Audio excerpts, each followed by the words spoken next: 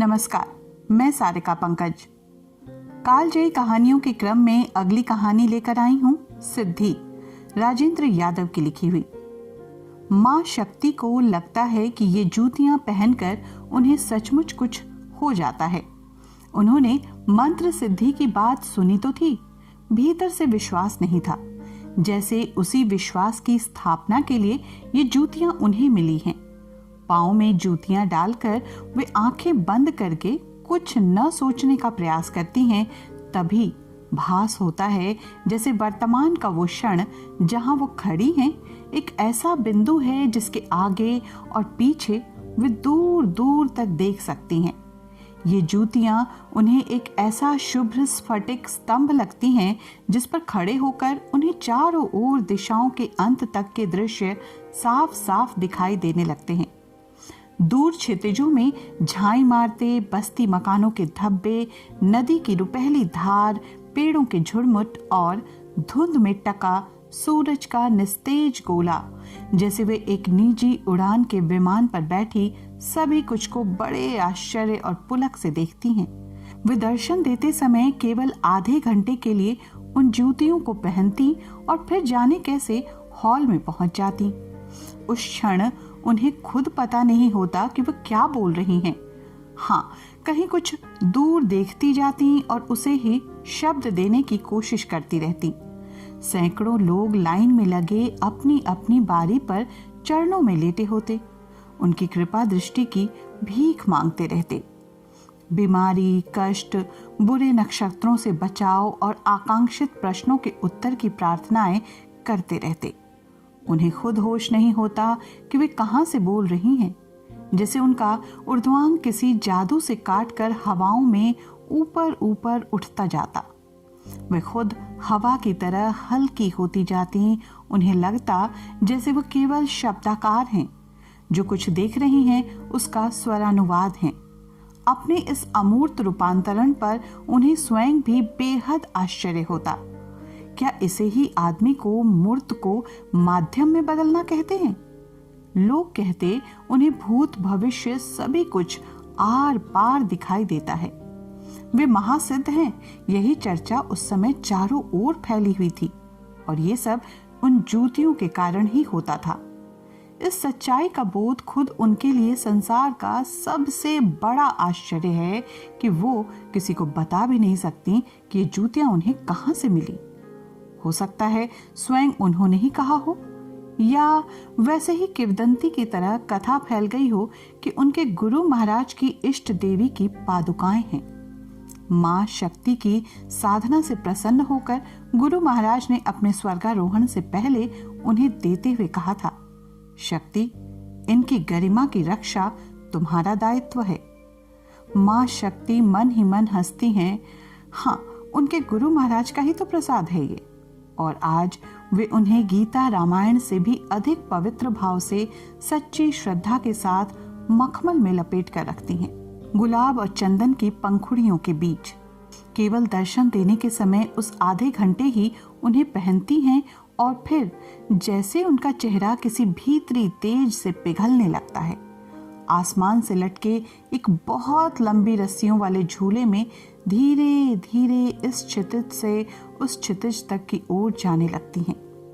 उन्हें मालूम है उनके जाने अनजाने कई लोगों ने उन्हीं की तरह पावन गंगा जल से पांव हाथ धोकर मखमली बस्ते को माथे से लगाया है। परम श्रद्धा से डरते डरते जूतियों में पांव डालकर आंखें मूंदने और ध्यान करने की कोशिश भी की है, मगर किसी को कुछ नहीं होता। ईमानदारी से ये उनके लिए अभिनय नहीं है, न चमत्कार दिखाकर श्रद्धा वृद्ध लोगों का विश्वास वसूलने को कोई आध्यात्मिक षड्यंत्र ही है। अनुभूति की ये सिर्फ ऐसी स्थिति है जिसकी परिभाषा वो स्वयं नहीं कर पाती। जब लोग उनके चरणों में पड़े इन जूतियों से माथा रगड़ते होते हैं, उनके शरण और आशीर्वाद के छत्र के नीचे जीवन उत्सर्ग कर देने की बिहवल गुहारें लगाते हैं, तो उनकी बंद आंखों से निशब्द आंसू झड़ते रहते हैं। सिंहासन के हत्थों पर उनकी मुट्ठियां ऐसी कस जाती हैं कि उन्हें पीस डालेंगी। बेबस सी सांस जोर जोर से चलने लगती है और पोर पोर एक अजीब शीतल आग में कबाब की तरह भुना जाने लगता है। तब वे जवाब नहीं दे पाती, सिर्फ कराहती हैं और ये अनुभूति उन्हें कहीं किसी बहुत पुराने भूले हुए की याद दिलाती है, किसी और जन्म की कोई बात। मगर ये भी उन्हें मालूम है कि उस सुख को तो उन्होंने कभी वास्तव में जाना ही नहीं। नारी शरीर पाने की यातना भोगी है, उस ब्रह्मानंद के बारे में सिर्फ सुना ही है। बहुत कम आयु में जब उन्होंने संन्यास लेने का संकल्प लिया तो ये हल्के गेरुआ वस्त्र धारण करने के साथ साथ आचमनी, कमंडल, रुद्राक्ष इत्यादि सभी चीजों की आवश्यकता हुई। ये चीजें नई भी ली जा सकती थीं, मगर लगा बहुत पुरानी होंगी तो प्रभाव अच्छा पड़ेगा। हो सकता है किसी सच्चे योगी की प्रसादी की तरह ही ये वस्तुएं मिल जाएं। इसी खोज में उन्होंने ऐसी दुकानों के चक्कर लगाए जहां बहुत पुरानी वस्तुएं भी मिलती हैं। वहां एक बुजुर्ग मियाँ जी किसी और को इन जूतियों के बारे में विस्तार से बता रहे थे। जनाब, ये जोहराबाई की जूतियां हैं। आपने तो हुजूर उनका नाम भी नहीं सुना होगा। देखा तो खैर हमने भी नहीं है, मगर कहते हैं शहर के बड़े बड़े घमंडी आजुमुशान माथे इन पर रगड़े गए हैं।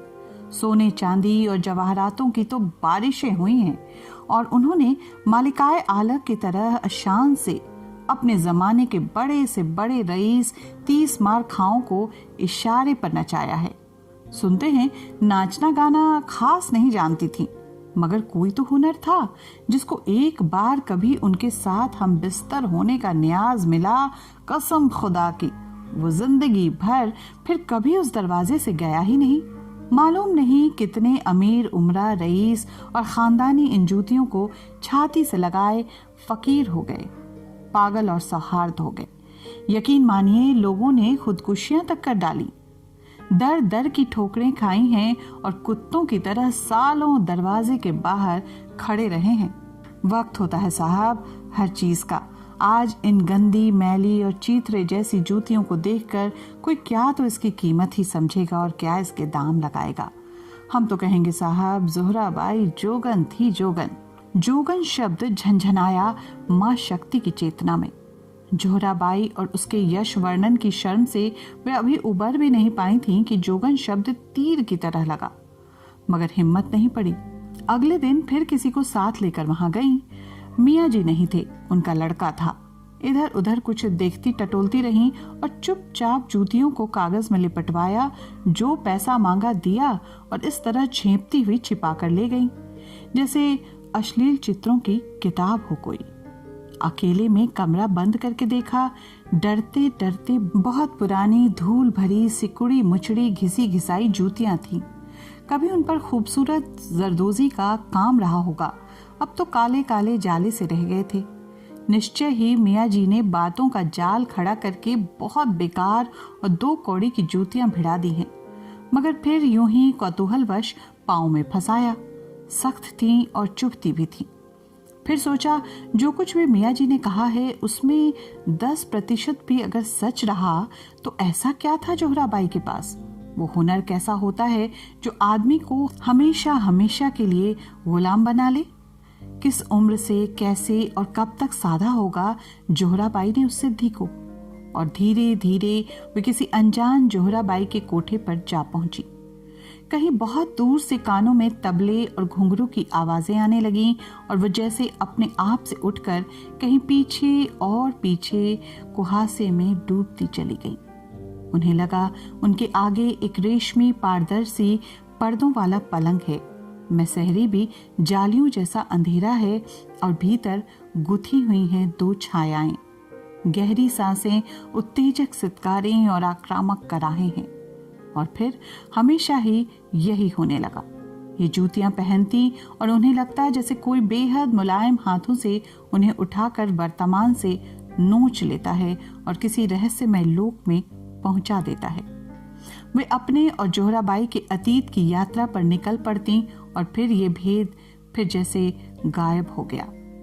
किसी ने कभी बचपन में उन्हें सिंड्रेला नाम की लड़की की कहानी सुनाई थी और सचमुच मानने लगी थी कि जरूर उस लड़की के साथ ऐसा ही हुआ होगा। जोहराबाई भी बहुत सुंदर रही होगी। लोग कहते हैं वो खुद भी कम सुंदर नहीं है। लेकिन सुंदर होने की सार्थकता को ज़ोहराबाई ने कैसे और किस बिंदु पर सिद्ध किया?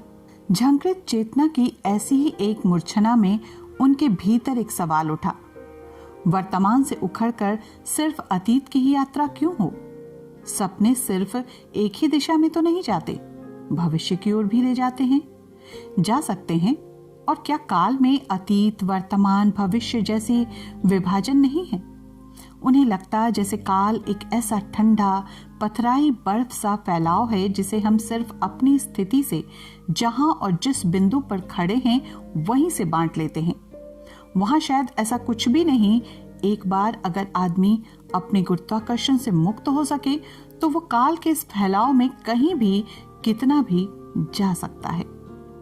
इस निचाट सूने निर्जन फैलाव में तैरते हुए से भटकना उन्हें बेहद बेहद अच्छा लगता।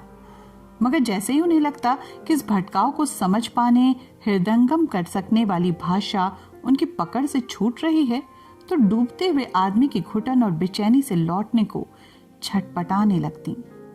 तब लगता जैसे वे एक हवाई जहाज से कूद पड़ी हों और छतरी खुल नहीं रही है। तब अक्सर उन्हें एहसास होता है जैसे वर्तमान एक कील है जो समय के चौड़े तख्ते पर उन्हें ईसा की तरह ठोके हुए है। लेकिन जूतियां पैरों में है, इसी अनुभूति से ये कील ढीली होने लगती और वो हल्की होकर हवा में तैरने लगती। उस क्षण उन्हें बिल्कुल भी भान नहीं रहता कि सिंहासन के हत्थों पर उनकी पकड़ कितनी कस गई है या दांतों की पंक्तियां कैसे एक दूसरे से जकड़ गई हैं। खूबसूरत चेहरा कितनी ऐंठन और पीड़ा से लाल हो जाता है। वो तो ज़ोहराबाई के उस गुरु को महसूस करना चाहती हैं जो आदमी को हमेशा हमेशा के लिए कील देता है, पुरुष को किसी भी दूसरी प्रकृति के लिए एकदम निकम्मा और नपुंसक बना देता है। आज उन्होंने उन जूतियों पर सुंदर मखमल के गिलाफ सी लिए हैं और अपने लंबे गेरुआ चोगे से हमेशा उन्हें ढके रहती हैं। और जब कोई जिज्ञासु उनसे पूछता है कि वे साधना के किस स्तर पर, सिद्धि की किस ऊंचाई तक पहुंच गई हैं, तो इस प्रश्न का अर्थ नहीं समझ पाती। कोई जवाब उन्हें सूझता ही नहीं। कैसे दें उस विलक्षण को शब्द? वे केवल मन ही मन ये कह पाती हैं, पता नहीं किस योगिनी तपस्विनी की पादुकाएं हैं कि मैं नहीं रह जाती, मुझे अपना होश ही नहीं रहता। शरीर गर्माती बर्फ की तरह पिघलता महसूस होता है। कानों में घुंघरू, झालर घंटे से बजते सुनाई देते रहते हैं। एक अजीब सुगंधित सा कोहरा चारों तरफ, एक उजास, अंधेरों से लिपटता हुआ एक उजाला, धुएं में गूंथी हुई एक लपट। फिर चौंक कर सहसा चुप हो जाती हैं। कैसी घिसी पिटी सी बातें वे कह रही हैं। और फिर होश आता, कह कहाँ रही हैं, ये सब तो उनके भीतर घटित हो रहा है। राजेंद्र यादव नई कहानी आंदोलन का बड़ा नाम थे। उनका जन्म 28 अगस्त 1929 को आगरा में हुआ था। राजेंद्र जी एक बेहद बिंदास कथाकार और बेलौस संपादक थे। अपने अनगिनत लेखों, उपन्यास, कहानी, समीक्षा, अनुवाद से लेकर उन्होंने हिंदी साहित्य की अनूठी सेवा की। उनके संपादन में साहित्यिक पत्रिका हंस ने एक अलग ही मुकाम छुआ था। इसी सप्ताह 28 अक्टूबर को उनकी पुण्यतिथि थी। साहित्य तक पर कालजयी कहानियों की श्रृंखला में मैं सारिका पंकज उनकी सिद्धि नाम की इस कहानी के साथ रूबरू थी आप सबसे। साहित्य तक विश्व साहित्य की कालजयी कहानियों के साथ अब से लगातार मुखातिब है। कहानियों के सेक्शन में आप किस तरह की कहानियां सुनना चाहते हैं, हमें भी बताएं। इससे हमें आपकी रुचि की कहानियों के साथ उपस्थित होने की सुविधा होगी। धन्यवाद।